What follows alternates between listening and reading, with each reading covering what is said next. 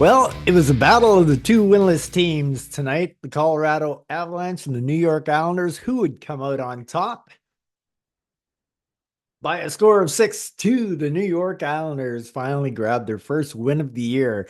And I was very hopeful for a win tonight. I was really excited going into the game.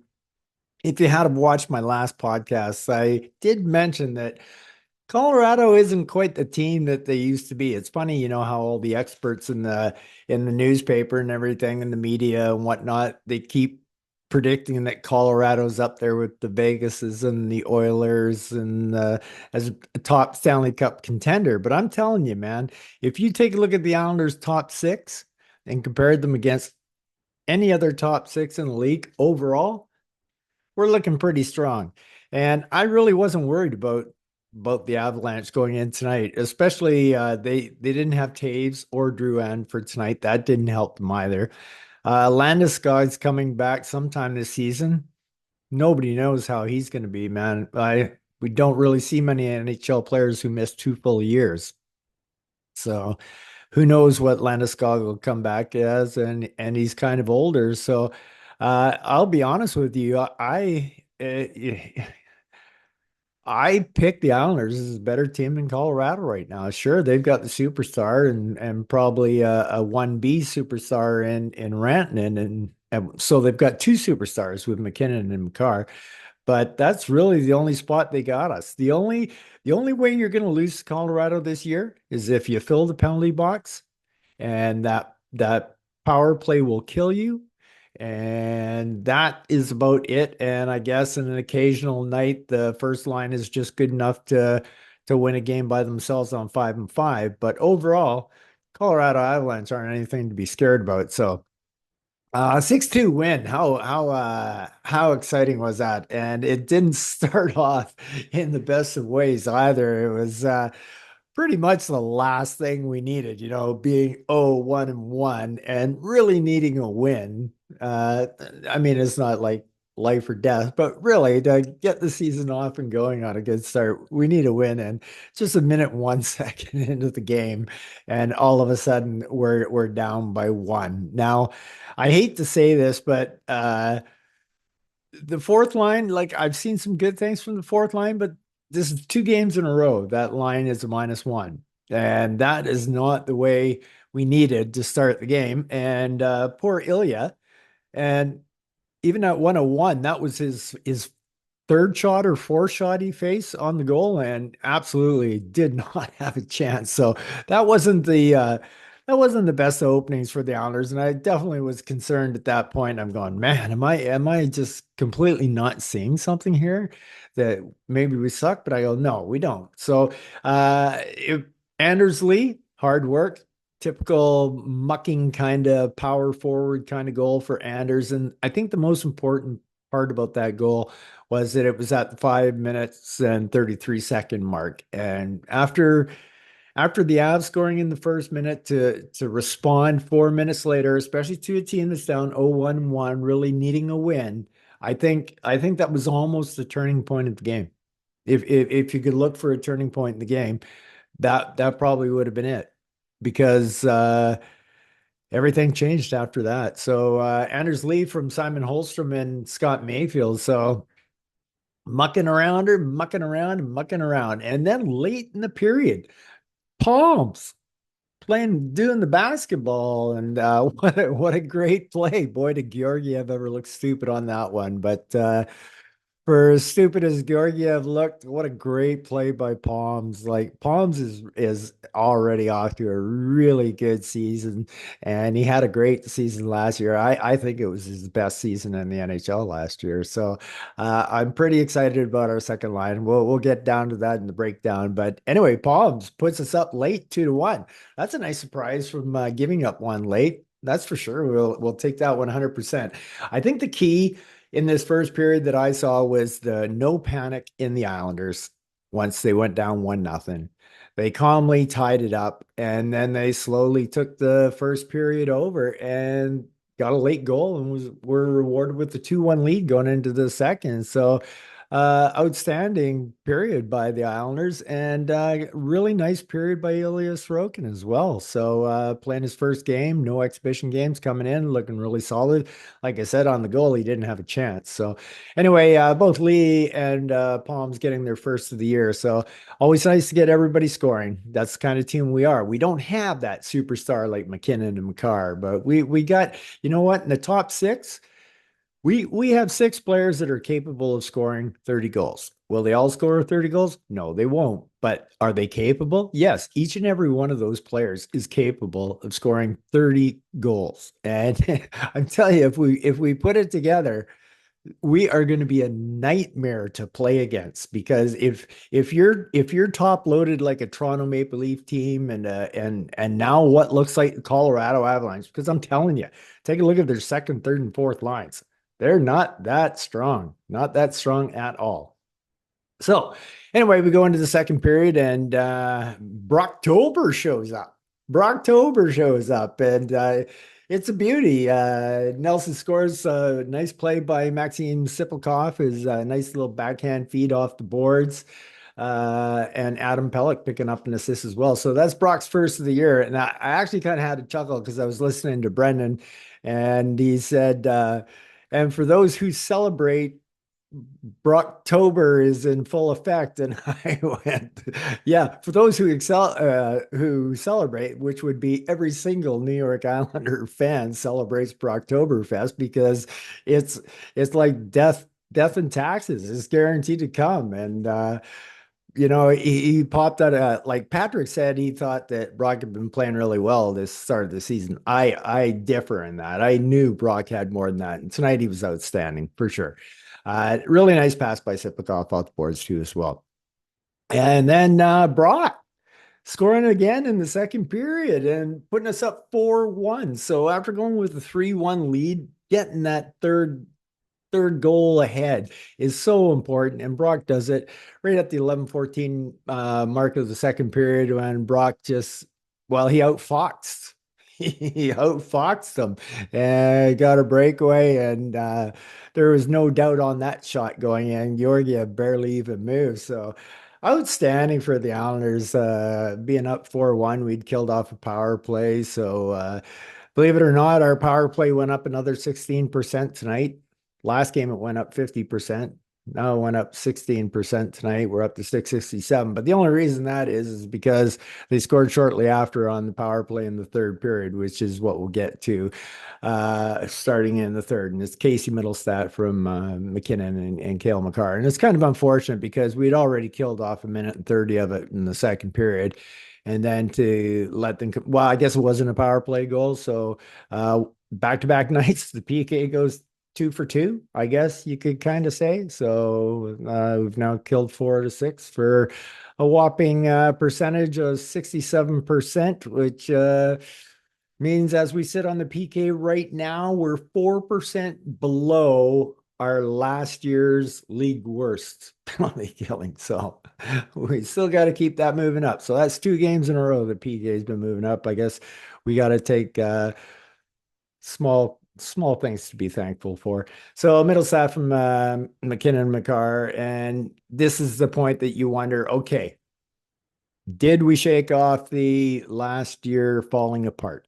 We did it against the Rangers in exhibition this year.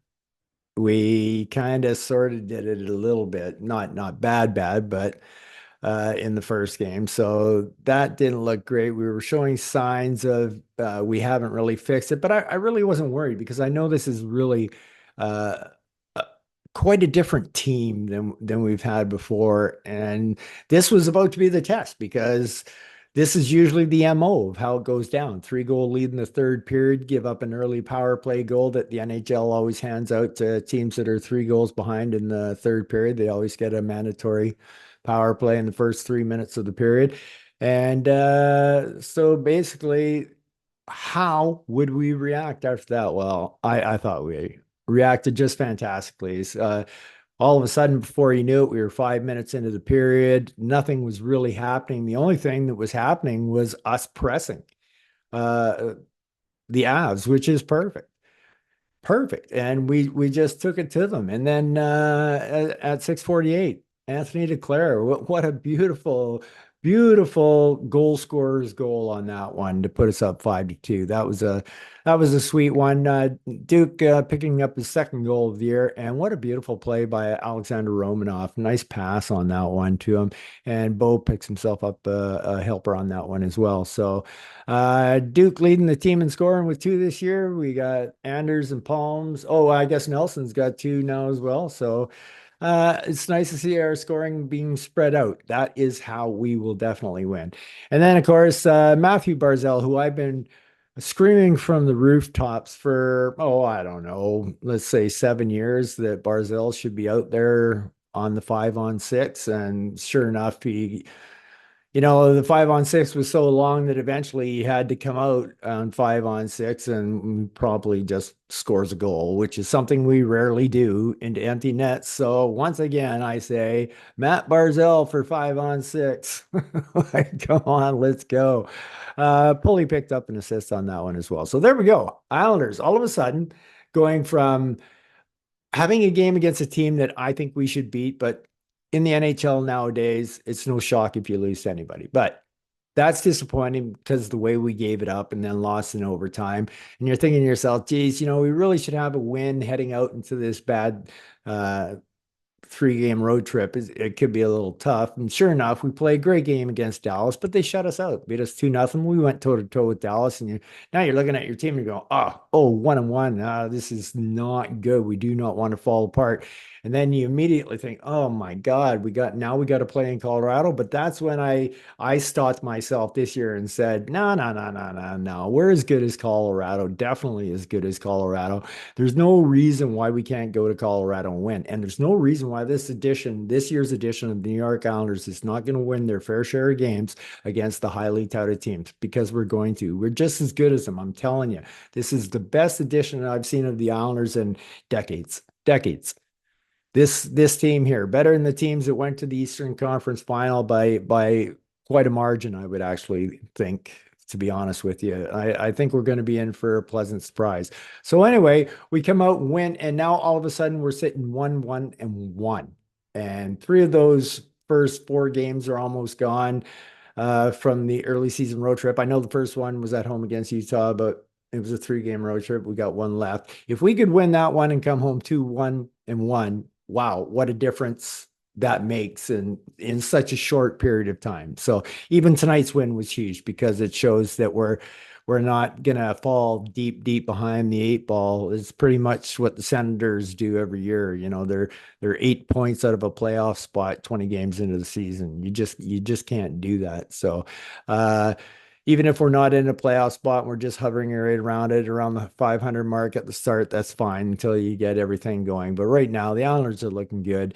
And my oh my, I probably should have talked about it more in the game as I talked about how the game progressed. But Ilya Sorokin in the third period was absolutely outstanding. It's best I've seen him look in a while. But I'll talk about that when I get to all the players that I talk about. So.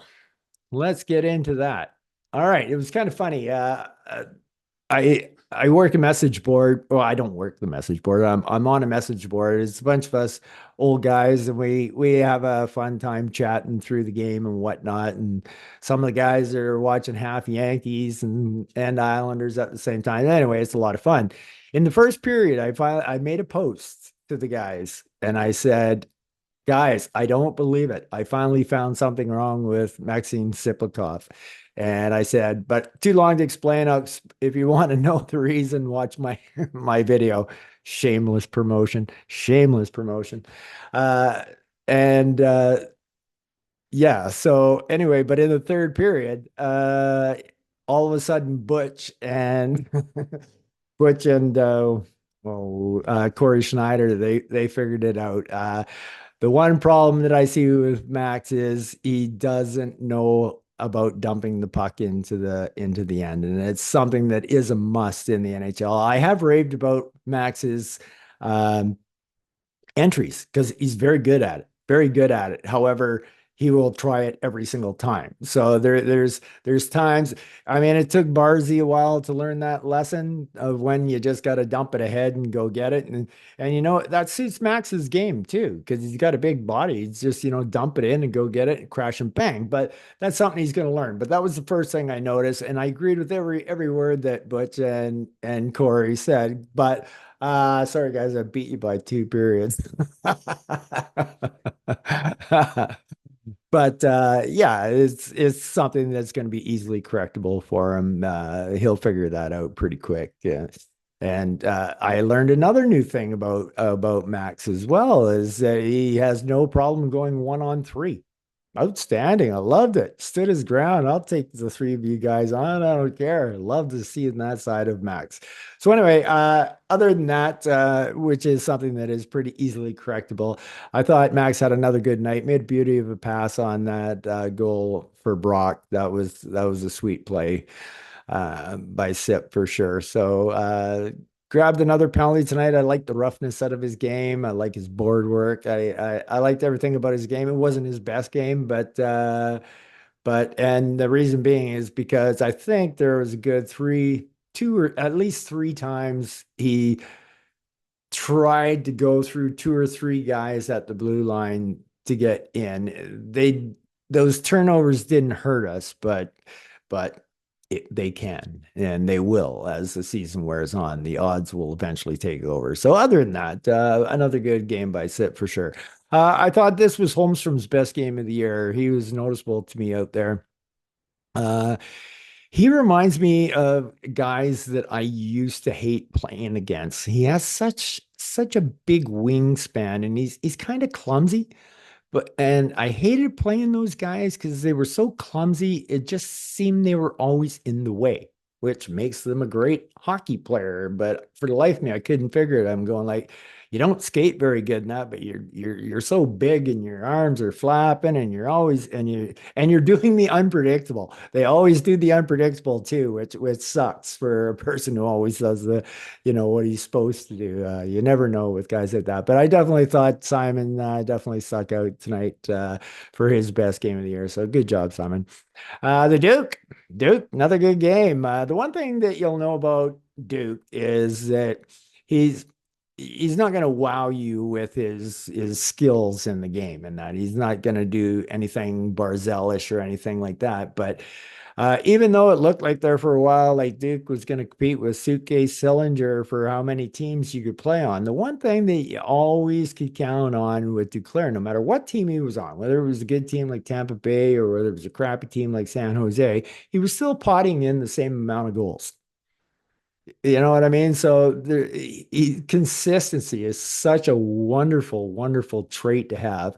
And if there's one thing Duclair has, is consistency in his goal scoring. You can pretty much bank 20 to 28 goals from him yearly. And that goal he scored tonight was a goal scorer's goal.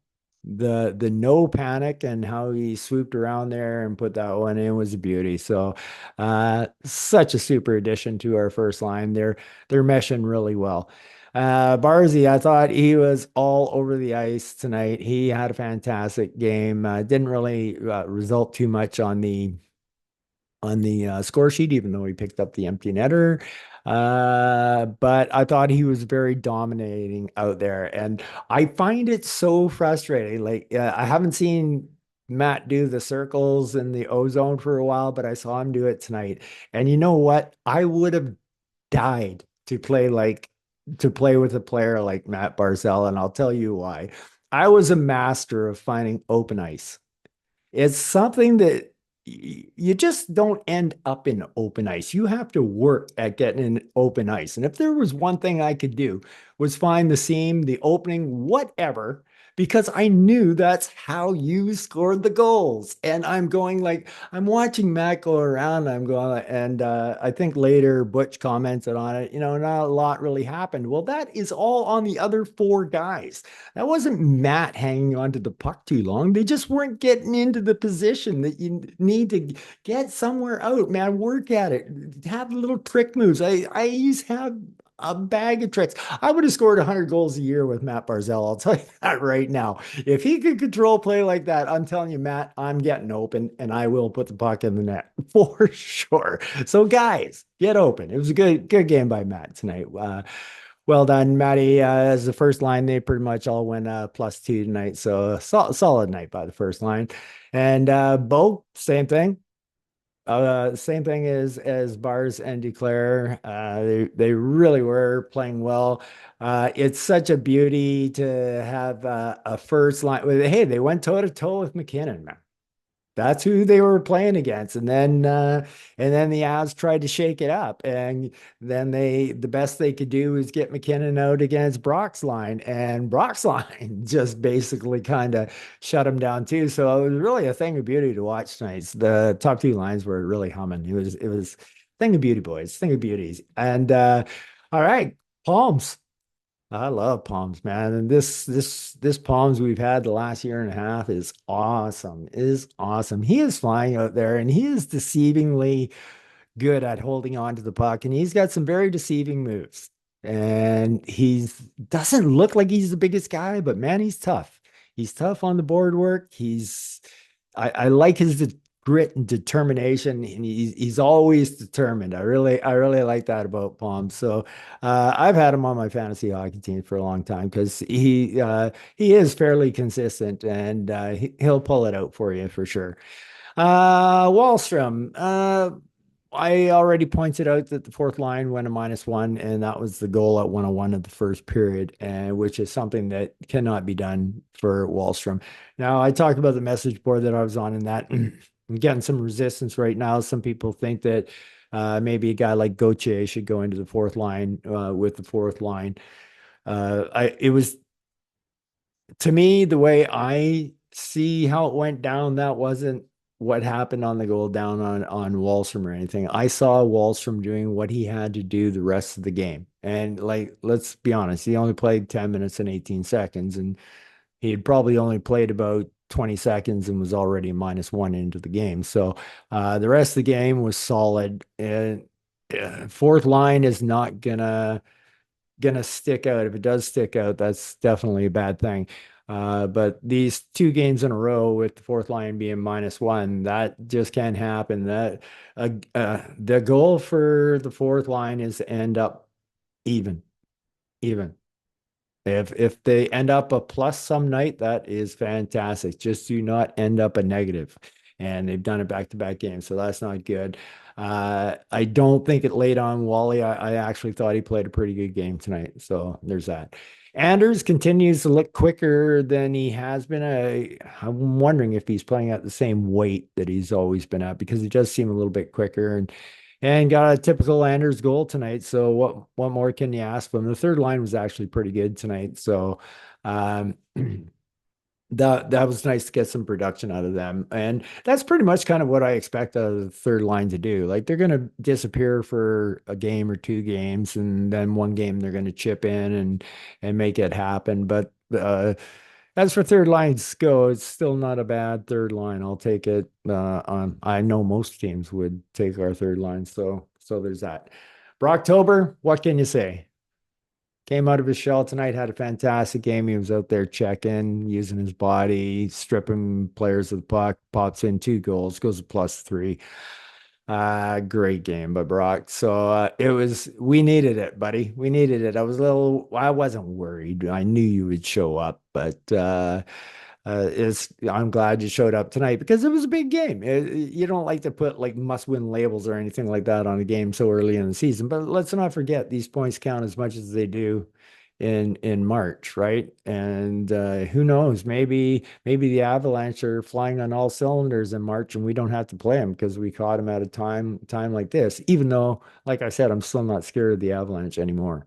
That's fact. Kyle McLean, I won't go into too much detail about it, talking about the first line going to -1 and that again. But the one thing I did notice about McLean tonight was his face-offs. He was winning a lot of face-offs tonight, and that's a good thing because he's taking over for Casey at the dot, who actually the last couple of years have been pretty good in the dot for us. So it's nice to have Casey as the second option when Kyle's out there. But it's nice to see him winning some faceoffs.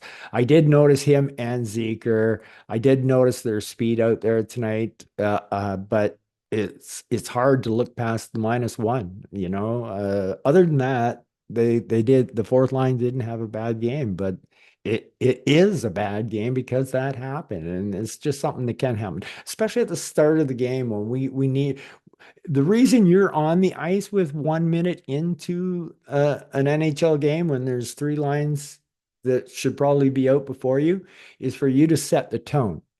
And setting the tone by giving up a goal is not the way to set the tone. So anyway, that's all I'll harp about the fourth line, but they need to pick it up for sure.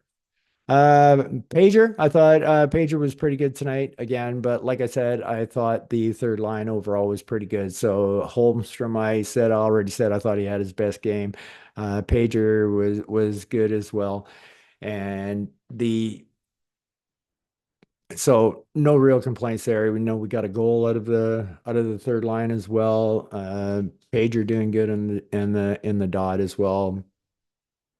Good penalty killing, I guess. Like I said, it's kind of hard on that one that we gave up because it really was a power play goal, but yeah, technically it's not. So that's it for the forwards. Mike Riley, I thought was I'm not seeing what I saw at O'Reilly last year. I saw a lot of rushing and a lot of getting into the play and a lot of shots from Riley. Now, granted, he's playing with Mayfield, and they actually played really, really well tonight as a group. The two of them, they were solid, but they didn't stand out. But Mayfield had a banger of a game, man. I mean, he was good tonight. That was one of Scotty's best games I've seen in a long time. Now, granted, he was injured last year, but he played very, very well, very, very well. But Mike Riley, he's with Scott, and and +2. So man, they did their job for sure. So they kept the puck out of the net and they're on the good side of things. So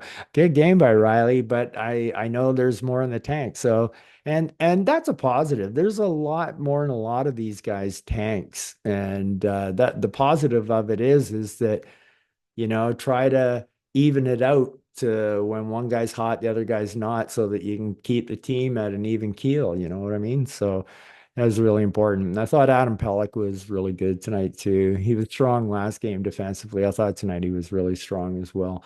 He was a +1 out there against McKinnon and Rantanen a lot. So that in itself is pretty much positive as him and Pollock had a good game too. Except the one thing about Pollock had a great defensive game, but my God, every time he handled the puck tonight, it was like he was handling a hand grenade and exploded on him every time. Especially in the first two periods, I was like, "What the heck is going on?" But even though he bobbled and lost the puck and couldn't pick up a pass and couldn't seem to do anything right with the puck, whoever was beside him, he didn't let him do anything either. So he came out a wash. So his defense was great. It was crazy. I never seen anything like it. It was like, God, Ryan, just get rid. And he was trying to get the puck away from himself as quick as he could, but he was still screwing it up. So, by the way, I should say that it's really fantastic to see those two guys back together. I think that makes it such a stronger team, especially to such a strong core to send out those two players together. And now if you see guys like Mayfield and Riley shaping up together, and then Romy and Dobson, I need more out of Dobson, who we'll talk about next. However, tonight the theme of the last podcast and the podcast before that was turnovers, turnovers, turnovers. Tonight, that was not the case. So Noah stuck out way less to me tonight, but he was kind of more unnoticeable, which if you're looking for points, that's kind of could have, used more of them. But if you're looking for, hey, play a little bit of defense, I didn't see guys getting behind him as much as they had in the last two games. And he played defense tonight. So kudos to Noah. And he went a +1. So he was on the right side of things. Of course, the plus minus tonight is good for pretty much everybody. But Scotty Mayfield was a +3. And I think He did. I think Butch was talking about it earlier that Scotty looked healthy. I'd have to agree with that 100%. And the next guy and our last skater to talk about is Romanov. I thought he had just a whale of a game, whale of a game. It was outstanding. One play there. Uh, McKinnon was all fired up in his big speed, and it was still a tight game then. And Romy got a piece of McKinnon because McKinnon saw him coming, and he pretty much slammed the brakes off. And Romy's helmet goes falling off, and the Avs fans are all excited about that. But man, he put the brakes on that play 100%. I watch a lot of Avalanche games, and I have no idea how many times I seen McKinnon go flying like that down that side and then absolutely 100% dominate the play in the end for the next 30 seconds, skating around the puck and that. So outstanding play by Romanov there. I mean, another great defensive play to stop a goal, but he was hitting lights out tonight. I really thought he was really something special tonight, and a great pass to Duclair on Duclair's goal. So that was outstanding. Well done, Romanov. And okay, Ilya Sorokin. What can we say? What can we say? You know, you were all thinking it. You were all thinking it. We were worried. Are we going to see last year Ilya? Or are we going to see the year before Ilya? Which one is it going to be? And if we see last year's Ilya, do we give him a break because he didn't play any exhibition games and that? Well, I wasn't sure how this was all going to go, but man, he put me completely at ease tonight. This looked like the Sorokin of 2 years ago. He looked 100% calm in the crease. He looked so confident. He looked like the old Ilya. Made some outstanding saves. In the third period, it's possible Colorado could have got back into it, but Ilya was having no part of it. He was really outstanding in this game. And I don't know about you, but for me, and I love Varley, and I'm a 100% Varley fan, but I always just feel a little more calmer in the game when Ilya's in, especially if he's 2 years ago, Ilya. So super excited about that. Ilya saving 32 of 34 shots tonight. So uh, great job, Ilya. So excited to get that first one of the year. It's nice that we're on the books and we could really it could be a really good start to the season with a victory over St. Louis. And now we got a couple days to think about that and maybe make that happen. So pretty excited about that. Let's go, boys. Let's keep her going. All I got to say about the game is I really I believe in this team. I really believe in this team, and that's really rare for me as of late. I've always been an Islander fan, but I mean I believe in these guys. I really do. That's why I didn't panic when we went 0-1-1, and I really still strongly believe that we're going to make the playoffs this year comfortably, comfortable without any panic that we're not going to make it. I really believe that. I seen the Islanders play with Dallas step for step, lost 2-0. We got a little bit goalied, not much, just a little bit.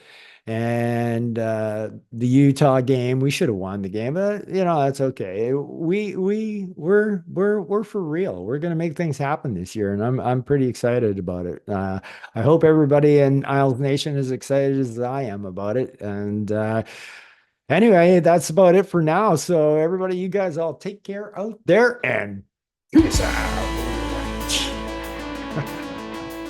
Let's go, Isles!